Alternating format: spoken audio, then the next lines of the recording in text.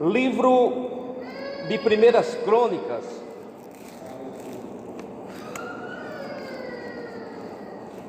Antigo Testamento, livro de Primeiras Crônicas.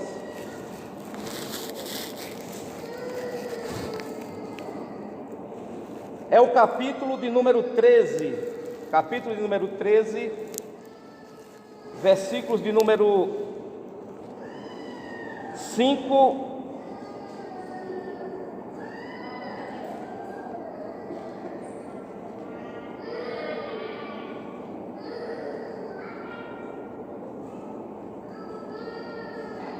Vamos ler do 7 até o 10.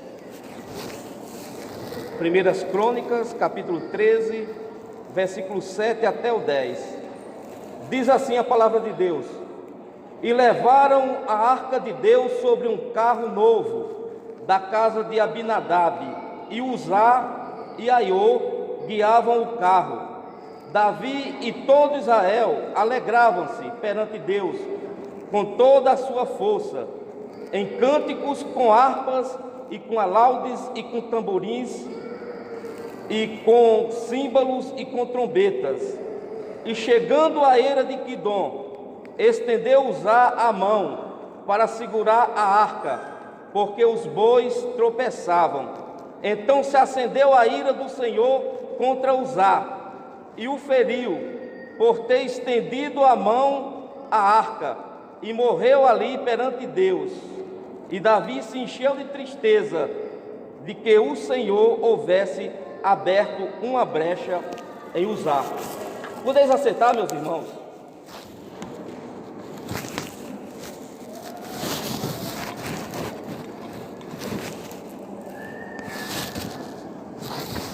Irmãos, essa passagem, a primeira vez que eu li ela, eu fiquei um tanto quanto intrigado. Porque os irmãos podem observar aí que no momento que aquela arca ela ia nos carros ali, chegou perto de uma eira, ele diz aqui a eira de Quidom, uma lombadazinha, uma elevaçãozinha. De repente a arca parece que quis tombar, e Uzá, ele colocou as mãos para poder segurar a arca. E diz a Bíblia aqui que Deus ele fez uma brecha. Eu fiz questão de ler o versículo seguinte. Diz que Deus fez uma brecha, ou seja, Uzá ele foi fulminado. No momento que ele tentou segurar a arca, ele foi fulminado. E isso, irmãos, é muito intrigante. A primeira vez que eu li, como é que pode? Como é que pode? Ele ia segurar a arca e de repente Deus abre uma brecha nele. Mas quando a gente lê todas as informações bíblicas, porque quando a gente lê a Bíblia, muitas das vezes a gente tem uma tendência de pegar uma parte, se isolar nela ali e não se abrir para o restante do texto, para as diversas partes que a Bíblia fala sobre o assunto. Então, dando uma olhada aqui, irmãos, o assunto, esse ocorrido aqui, a começo eu fiquei assim, mas por quê? Por que será que Deus fez isso? Até esses dias, um irmão conversando comigo, ele disse, mas por que Deus abriu aquela brecha em Uzá? E quando Caim matou Abel, Caim ainda falou de uma certa maneira meia irreverente com Deus, ainda disse, não, eu sou o guardador do teu irmão, e Deus não fulminou ele na hora, ele falando para mim. Mas irmãos, os pensamentos de Deus, eles são muito mais elevados do que o nosso, ele está muito mais alto do que os nossos pensamentos. Eu falei para ele, não adianta, irmãos, a gente querer entender Deus com tanta profundidade, porque a nossa mente, ela se encontra corrompida pelo pecado, né? Mesmo sendo salvos na pessoa de Cristo, muitas das vezes a gente tem uma tendência a querer, então não adianta, a gente é limitado, Deus é criador, então não adianta a gente querer compreender Deus da sua totalidade. Mas irmãos, dá para nós entender aqui alguma coisa, tá? A arca, por exemplo, a arca era um dos principais utensílios do templo. Ela ficava lá no lugar santo, o Santo dos Santos. Ela era uma caixa de 1,23 m por 74 de altura e de largura. Tinha mais ou menos essas dimensões, porque na Bíblia está em côvado, mas quando a gente transforma, a gente encontra essas medidas. Ela era feita da madeira de cetim. Algumas Bíblias vai dizer a madeira de acácia, ou a madeira de acácia, ou a madeira de cetim. E ela era totalmente revestida de ouro. Era um dos utensílios, irmãos, mais preciosos ali, porque somente o sumo sacerdote entrava uma vez por ano. Em cima da arca tinha o propiciatório, tinha 2 querubins de lado, um olhando para o outro, e era um local onde somente ele entrava, ali representava a presença de Deus. E a Bíblia nos informa, quando a gente lê lá em Samuel, que a arca ela foi tomada. Ela foi tomada. Um determinado dia, os filhos de Eli pegaram a arca e foram para a guerra, colocaram a arca na frente, acreditando que ia ganhar a guerra. Só que tem uma coisa, irmãos, eles estavam todos desmantelados, todos fora da presença de Deus, e não adiantou nada. Os filisteus foram lá e tomaram. Aleluia, louvado seja Deus. Tomaram a arca. Por quê, irmãos? As coisas não podem ser usadas como tipo um patuá, como algo, não, estavam fora da presença de Deus. A arca foi tomada. E no momento que o pai dele soube que a arca foi tomada, né, Eli estava sentado numa cadeira, já estava em uma determinada idade, era forte, ele caiu, morreu. A mulher de um deles que estava lá, na hora já ganhou o neném ali, colocaram o nome Icabô, foi-se a glória de Deus. Mas, irmãos, a arca ela ficou muito tempo, né? Os filisteus teve problema com a arca ali, e de repente eles enviaram, fizeram um carro, né, novo, enviaram essa arca, e a arca ficou muito tempo longe da nação de Israel. A Bíblia diz que Saul intentou, ele programou trazer essa arca, mas depois vieram outras coisas, ele acabou com essa ideia. Mas, irmãos, Davi, uma das primeiras coisas que ele fez no governo dele foi querer trazer a arca. Não, vamos lá buscar a arca. E a Bíblia nos diz, irmãos, logo no versículo 1, e teve Davi conselho com os capitães dos milhares e dos centos e com todos os príncipes, e disse Davi a toda a congregação de Israel: se bem vos parecer, se vê isso do Senhor nosso Deus, enviemos depressa mensageiro. Aí diz a Bíblia que ele reuniu todo mundo, ele se aconselhou, né? Ele era a maior personalidade da nação, tomou conselho com os príncipes, tomou conselho com os capitães, e de repente reuniu todo mundo e disse: vamos lá, vamos buscar a arca. A arca simboliza a presença de Deus, está longe, vamos lá buscar a arca. E de repente, irmãos, foram. Mas o que é que acontece, irmãos? Acontece esse problema. E diz a Bíblia que Davi, ele ficou muito triste quando isso ocorreu. Foi algo que ele ficou muito doloroso, ficou muito pesaroso, porque ele com tanta alegria, né, foi lá, fez tudo aquilo, mas de repente acontece uma morte ali. Agora, irmãos, uma pergunta que eu faço aqui, e o irmão responda para você mesmo: por que será que Uzá morreu?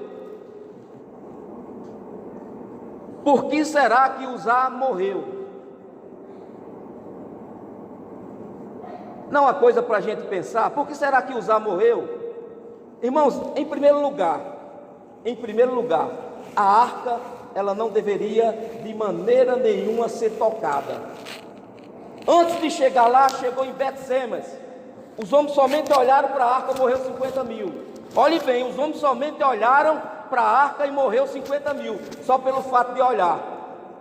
A tribo de Levi existia 3 clãs, que eram os coatitas, os gersonitas, e ainda existia um outro clã lá, que me falha a memória o nome, e somente os coatitas podiam pegar a arca e transportar ela. Mas para eles transportar a arca, tinha que primeiro os filhos de Arão pegar os panos, tudo, jogar em cima da arca para poder ser conduzida. Não podia ser desse jeito. Irmãos, uma coisa interessante, ele sabia.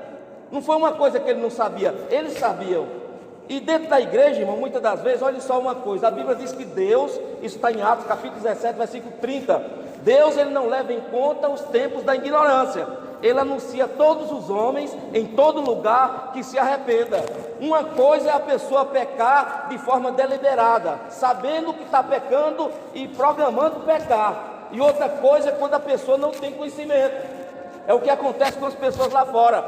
A Bíblia diz que Deus não leva em conta os tempos da ignorância. Ele não leva em conta. Não quer dizer que essas pessoas, morrendo do jeito que está, vai para o céu.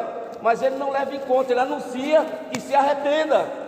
Mas porém, irmãos, dentro da igreja, nós sabemos, nós temos conhecimento. E muitas das vezes, muitos pecados que acontecem dentro da igreja são pecados deliberados. São coisas que a pessoa já vem programando. Então fica mais complicada a situação, né? Fica mais complicado. O pecado deliberado é uma coisa, e o pecado na ignorância é outra. Tudo é pecado. Mas quando a pessoa sabe, irmãos, e insiste no erro, fica difícil o perdão de Deus. Por quê? Porque ela sabe que está errado e ela insiste naquele erro, ela vai cometendo aquele erro, ela vai praticando aquele erro, a coisa vai cada vez se tornando pior, ela vai cada vez mais se tornando cega naquele erro, e fica muito mais difícil, louvado seja Deus, dela ajustar as coisas. É por isso que nessa noite Deus nos dá uma oportunidade aqui. Se tem alguém que está brincando com o pecado, se alinhe diante da presença de Deus, porque Ele não leva em tempo os pecados da ignorância, mas o que fazemos hoje, depois do esclarecimento que temos, aí fica mais complicado a coisa. São pecados voluntários, né? Pecados voluntários, aí fica mais complicado a coisa. Então ele sabia que não podia pegar na arca, mas a gente vai descobrir aqui, irmãos, que teve mais coisa. Ele sabia que ele não podia pegar naquela arca. Todo Israel sabia que não podia pegar naquela arca. Todo mundo sabia que não podia fazer daquele jeito. Então a primeira coisa que a gente observa aqui é que eles fizeram uma coisa, ele fez algo sabendo que não podia. Foi algo deliberado, foi algo que ele fez de todo modo. Então não pode ser dessa forma. Então, irmãos, o que é que acontece? Indo aqui mais adiante, a gente percebe que houve o quê? Aconteceu o quê? Uma irreverência. Agora eu quero convidar os irmãos para que a gente abra aí, e os irmãos vão ver isso. Lá chama imprudência, né? 2 Samuel, no capítulo de número 6. 2 Samuel, capítulo de número 6, e o versículo de número 7. Alguém lê aí para nós, irmãos? Uma voz aí, por gentileza.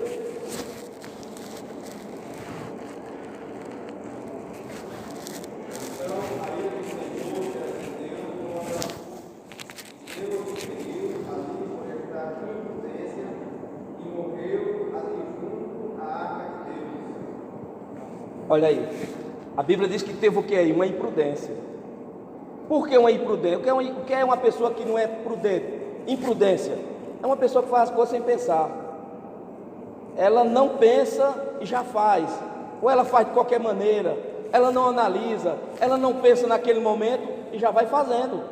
Ou seja, é uma pessoa que faz uma coisa sem pensar nas consequências, naquilo que pode vir depois. Não vou fazer, né? Tem muita gente, irmão, a gente observa isso muito no sentido econômico, né? Tem muita gente que está com um monte de cartão lá e diz, não, eu vou comprar, mas depois a gente vê isso, aí compra um monte de coisa. Uma imprudência, ela não analisa. Quando vem aquele monte de boleto, aquele monte de coisa, a pessoa fica com tempo de arrancar os cabelos da cabeça. Então tem muita gente que ela não analisa, ela não imagina, ela não pensa e ela já vai praticando. Então aconteceu o que aqui? Aconteceu uma irreverência. Irmãos, nosso Deus é um Deus de grande reverência. Ele requer de nós uma reverência, irmão, tal. A Bíblia diz que Moisés, ele apacentava o rebanho do seu sogro Jetro, está no capítulo 3 de Êxodo, e diz a Bíblia que ele viu aquele fogo, aquela sarça, que aquela sarça queimava e não se consumia. Por quê? Porque era um fogo de Deus. Mas de repente, irmãos, ele ouviu uma voz dizendo, tira a sandália dos teus pés, porque o lugar que tu estás é terra santa. Esse local aqui, irmãos, é um lugar santo para nós adorarmos ao nosso Deus. Louvado seja Deus que vive e que reina para sempre. Mas, meus queridos irmãos, eu vejo algumas pessoas, eu até falei, estava pregando esses dias aí, falei, né? Tem muita gente hoje, tem um grupo de pessoas por nome de desigrejados. Não precisa ir na igreja não, a gente vive sem igreja. Então ele diz o seguinte, não, nós somos a igreja. De fato, a Bíblia diz que nós somos a morada de Deus, nós somos o templo do Espírito Santo. Claro que somos, no sentido mais estrito da palavra igreja, somos nós. A igreja somos nós, o Espírito Santo de Deus, ele habita em nós. Mas tem uma coisa, irmãos, aqui é um local onde Deus separou. Aqui é um local onde foi consagrado. Aqui é um local para ser feito isso, para adorar a Deus. É um lugar para se render a Ele. É um lugar para magnificar o seu nome. Louvado seja Deus. Eu sempre costumo dizer, irmãos, nas paredes do templo não existe aqui proibindo de ninguém dar lugar a Deus. A gente dá lugar a Deus, a gente sabe que Ele está aqui. A Bíblia diz que onde tiverem 2 ou 3 reunidos em meu nome, estarei eu no meio deles. Então Ele está entre nós, Deus está entre nós. Louvado seja Deus. Então, irmãos, o que é que acontece? Muitas das vezes a pessoa vem para a igreja e ela vem somente para um encontro social. Não, eu vou, lá eu converso com fulano, lá eu converso com ciclano, tudo bem, não tem problema nenhum. Mas saiba de uma coisa, primeiramente é a adoração a Deus. O intuito maior, o objetivo maior de sairmos de nossas casas para estar aqui é para adorar o nosso Deus. Louvado seja Deus. Aleluia. Agora muita gente tem perdido esse foco. Muita gente tem perdido isso. E tem acontecido o quê? Irreverência dentro da casa de Deus. Eu convido outros irmãos que leiam aí, irmãos. Eu gosto de trabalhar assim. Eclesiastes capítulo 5, versículo 1. Cada um trabalha de um jeito, né? Até pedi até que o pastor trouxesse o pedestal, que é a forma que eu trabalho. Não tem nada de... Cada um, eu costumo dizer, o dentista, quando a gente chega para fazer a limpeza, arrancar, fazer canal, ele tem vários instrumentos ali. Ele tem um ferrinho que ele raspa, ele tem ali também um que faz um barulhinho, ele tem vários instrumentos. Mas quando o dentista pega, irmãos, ele usa da melhor forma possível para deixar o dente, vários dentes, bem inteiro, né? Bem no jeito. Eclesiastes capítulo 5, versículo 1, o que é que diz aí?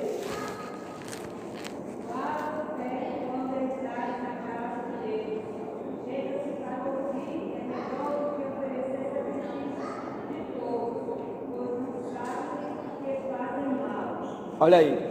Guarda o teu pé quando entrares na tua casa, na casa do Senhor.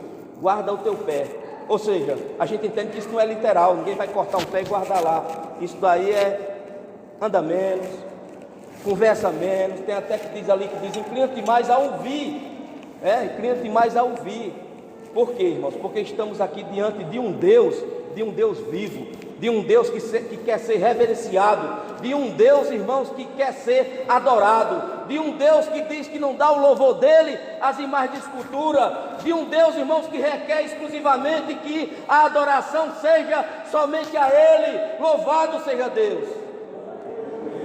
Quando Satanás tentava Jesus ali no deserto, ele disse assim: olha, tudo isso te darei, se prostrares e me adorares. Ele disse: sai de Satanás, porque só o Senhor teu Deus adorarás, e somente a Ele prestarás culto. Então nós temos razões de estar aqui, porque o nosso Deus é digno de honra, é digno de glória, é digno de louvor, é digno de adoração. Irmãos, eu sou cearense. Eu moro em São Paulo há quase 30 anos, mas eu sou cearense. Os irmãos podem observar que eu não perdi também um sotaque, não. Sou cearense e várias pessoas já disseram: não, você não perde. Não, eu não posso. Então o que é que acontece? Lá é muita idolatria, muita mesmo. Na cidade mesmo que eu nasci, o padroeiro de lá é Sebastião, São Sebastião, tem o nome de meu pai. E quando antigamente era um só, é de 11 de janeiro a 19, já passou, ou termina hoje, né? As festas lá. Então o que é que acontece? Era um Sebastião só. As pessoas pegam aquela imagem, vai em procissão, vai cantando, tal, chega numa casa, reza um terço, alguma coisa lá, e coloca lá. No outro dia vem e tira, porque no caderno já tem as casas onde vai tirar e levar.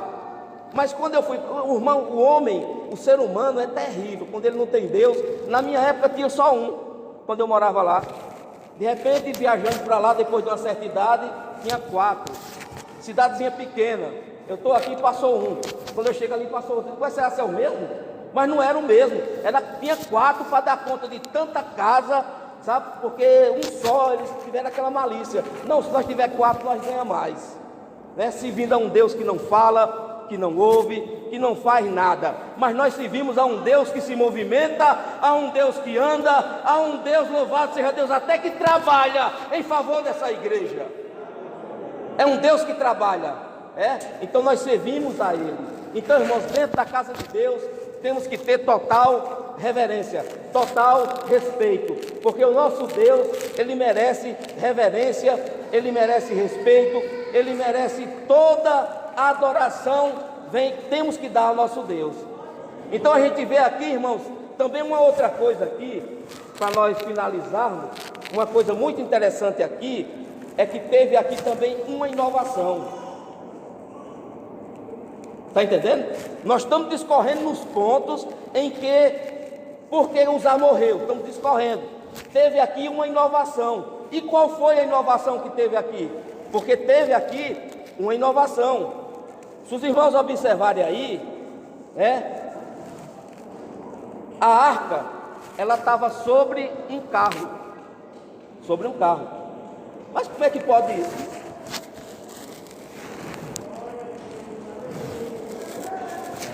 Sobre um carro? Mas como é que a arca era transportada? Irmãos, na arca existia também umas argolas. E existia também 2 varais, revestidos da mesma madeira, que colocava um do lado, outro do outro, e colocava sobre os ombros dos levitas. Era assim que tinha que ser transportada a arca. Não tinha que ser coisa de carro. Mas de repente, irmãos, fizeram um carro bonito, colocaram os bois para puxar esse carro. Mas não, Deus queria que a arca fosse transportada nos ombros dos levitas. E onde é que a gente pode ver, irmãos, a Bíblia dizendo que quem inventou esse carro? A gente pode ver 1 Samuel capítulo 6. 1 Samuel capítulo 6, o versículo de número... a gente vai observar isso no versículo de número 7. Vamos observar isso no versículo de número 11. E vamos observar isso no versículo de número 14 de 1 Samuel. 1 Samuel capítulo 6. Olha o que aqui diz no versículo 7. Agora, pois, tomai e fazei-vos um carro novo, e tomai 2 vacas que criem, sobre as quais não tenha subido o jugo. Atai as vacas ao carro e levai os bezerros de após elas para casa. Um carro, mas quem foi que inventou esse carro? Eu não vou ler o texto todo não, mas em casa você pode ler, a partir do versículo 1 do capítulo 6, foram os filisteus que inventaram isso. Veja o versículo 11. E puseram a arca do Senhor sobre o carro, como também o cofre com os ratos de ouro e com as imagens das suas hemorroidas. Porque quando a arca foi levada para lá, colocaram no templo, depois Dagon, que era o principal deus dos filisteus, ficou caído lá. E depois teve umas hemorroidas entre o povo, a arca, causou isso aí. E o versículo 14 diz assim: e o carro veio ao campo de Josué e Bet-semita, e parou ali, e ali estava uma grande pedra, e fenderam a madeira do carro e ofereceram as vacas ao Senhor em holocausto. O carro foi elaborado pelos filisteus, ou seja, o carro era uma inovação. Deus queria que a arca fosse levada nos ombros. Irmãos, o nosso Deus é um Deus, irmãos, que não é nós que decidimos como adorar Ele, não é nós que decidimos o que fazer, é na Bíblia Sagrada, dentro da sua vontade, que entendemos como prestar um culto. Tem muita gente, irmão, muitas igrejas, que eles inventam coisas, eles inventam dança, eles jogam fumaça, um monte de coisa. Não, irmãos, o nosso Deus é quem diz como é que Ele quer ser adorado. E Ele quer ser adorado com reverência. Ele quer ser adorado com cânticos espirituais. Ele quer ser adorado com louvor. Louvado seja Deus. Mas tem muita gente inventando, e inventa tanta coisa, irmão, inventa tanta coisa. Tem gente que inventa até a arca. Não, fizeram a arca, vamos levar a arca até tal lugar. E outros inventam espada na adoração, e outros estabelecem lugar, e outros constroem templo, sendo que o templo não existe mais, não é para existir mais. A Bíblia diz que os verdadeiros adoradores adorarão o Pai em espírito e em verdade. Nós somos um adorador aonde quer que cheguemos. Louvado seja Deus. Mas tem muita gente inventando, pastor, e inventa demais, é muita invenção. A Bíblia diz que Deus criou o homem reto, mas ele entortou, inventou muitas coisas. Então é do homem inventar. Inventa tanta coisa, inventa isso, inventa aquilo. E a coisa, irmãos, Deus, Ele quer unicamente que a gente sirva a Ele de acordo com Sua palavra, não tem que inventar nada não. Mas existe muita invenção, existe muita invenção mesmo. Eu mesmo, irmãos, sinceramente, eu prego assim. Eu sei que tem gente mais elétrico, Tem uns que pregam igual como se estivesse radiando um jogo de futebol. Mas minha forma é assim, eu não mudo, e onde eu for é desse jeito. Eu cheguei num lugar aí, irmão, mas foi tanta profecia, jogaram o banco para lá. Eu falei, não, mas eu sou Marcos, meu jeito é esse. Se Deus mandar alguma coisa de profecia, eu entrego. Se não, é a palavra, foi para isso que eu vim designado para esse fim. Então a gente não deve se moldar de acordo com o ambiente, porque também tem muitos irmãos que é assim, né? Se ele estiver aqui, ele está desse jeito. Se ele chegar num ambiente que dança, que joga, ele vai fazer isso.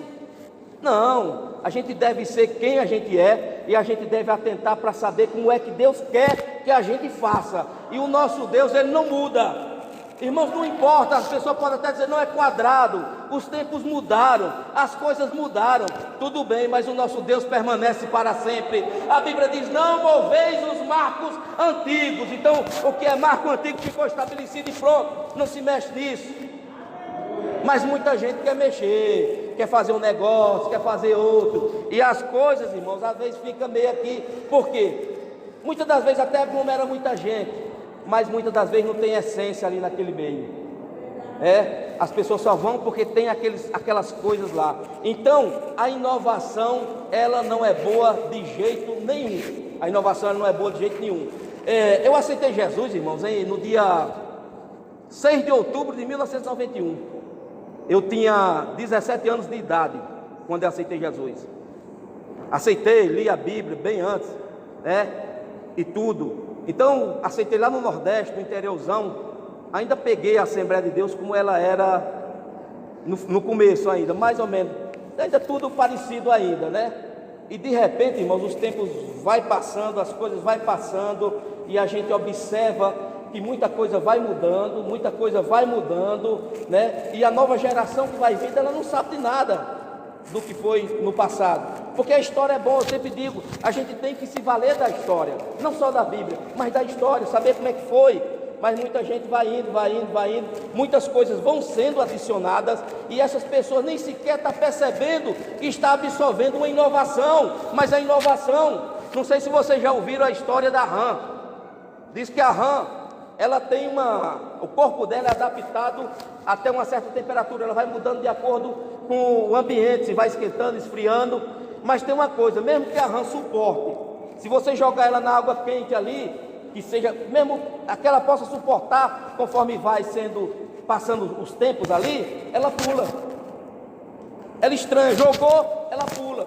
Mas se ela estiver dentro da água, e a água foi esquentando até onde ela aguenta, ela não percebe.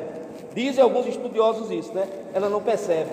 Ou então ela se adapta, ela se adequa àquilo ali. É como muitos crentes, irmãos, em muitos lugares, a coisa vai mudando e a começa a rã.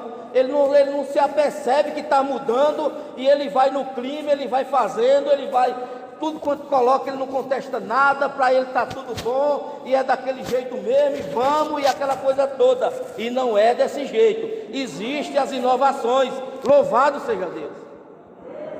Existem as inovações, mas infelizmente muita gente não se apercebe, né? Aleluia. Essa água, irmão, eu tomo muito, isso faz parte de mim, não sei o que é, mas a necessidade é aqui, não olhe para isso não. Então, o que é que acontece, irmãos? O nosso pastor principal lá das Assembleias de Deus, pastor José Wellington, uma vez ele estava falando uma diferença entre a inovação e a renovação. Porque no mundo não existe diferença, não existe muita diferença entre inovação e renovação, mas para nós existe. Inovação, irmãos, é uma coisa que é nova, mas é algo que não é bom. Apesar de ser novo, contraria a palavra. Apesar de ser novo, vai contra os princípios do Altíssimo, mas é novo. Inovação, mas porém renovação não. Renovação é uma coisa que todos nós precisamos de renovação. Todos nós somos necessitados de renovação. Se a gente não se renovar, é tanto que a Bíblia diz que nós se renovamos como uma águia. Se a gente não se renovar, a coisa fica difícil. Porém, inovação não, né? Inovação é uma coisa que a gente tem que analisar direitinho. Opa, peraí, esse negócio aqui é muito diferente, não é desse jeito não. Então, irmãos, usar, morreu, não é uma coisa que a gente olhar para a morte de usar e dizer assim, não, mas eu vou ficar com dó aqui, porque não era para Deus ter feito isso. Já pensou, irmãos? Marcos Aquino, dizer, não era para Deus ter feito isso? A Bíblia diz que é Deus quem dá a vida, é Deus quem tira. É Ele que leva a sepultura e faz subir dela. É Ele o autor da vida, é Ele o doador da vida. Então tanto Ele pode dar a vida, como Ele pode tirar a vida. É Ele que faz, somente Ele pode, somente Deus. Então Uzá morre aqui, irmãos, por quê? Por causa de uma irreverência, porque ele desobedece a Deus aqui. Hoje em dia, irmãos, existe muita gente morta espiritualmente dentro da igreja, muitas das vezes por quê? Por falta de reverência na casa de Deus. Irmãos, hoje em dia é uma dificuldade grande, às vezes na igreja ali congregando, e de repente quando é 15 para